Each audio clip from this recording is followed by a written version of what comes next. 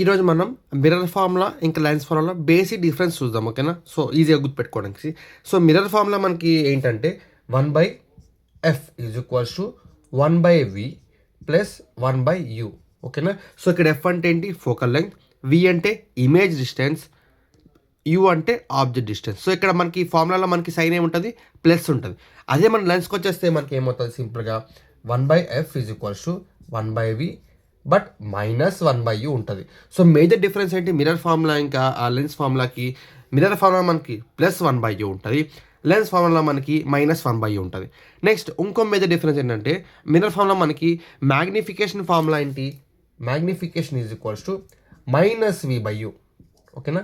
So magnification formula అయింది మనకి -v/u.